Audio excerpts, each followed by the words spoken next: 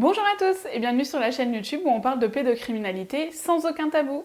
Aujourd'hui, je vais entamer un sujet qui va parler à plein d'entre vous, le poids du secret. Il y a beaucoup de gens qui pensent que les victimes parlent pour embêter les autres.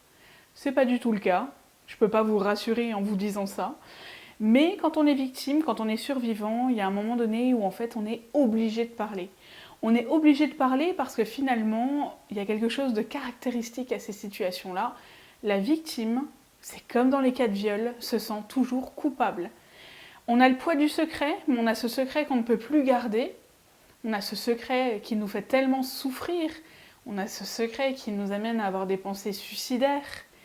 Allez, YouTube va encore me mettre dans les algorithmes en bas, mais c'est pas grave, il faut le dire. On a toutes ces choses qui font qu'à un moment donné, on craque. Il y a nos mères, nos grands-mères qui nous diront « Oui, mais moi, à l'époque, j'ai gardé le secret ».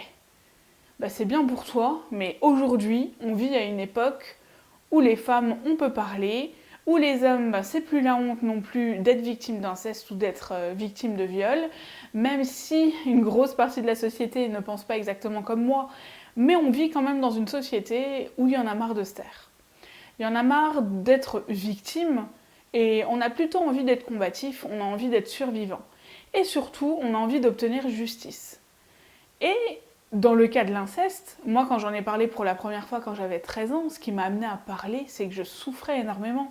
La situation était très difficile, autant mentalement que physiquement. Il y a les douleurs physiques, mais il y a aussi les douleurs psychiques. Et j'aimerais dans cette vidéo qu'on partage ensemble nos expériences et que la semaine prochaine, je puisse les lire, je vais vous raconter moi la manière, en fait, la semaine prochaine dont j'ai parlé plusieurs fois, parce qu'il m'aura fallu 3 fois en parler pour agir et finir par aller porter plainte, et surtout comment j'en suis arrivée à mettre ça sur les réseaux sociaux pour me libérer de ce poids.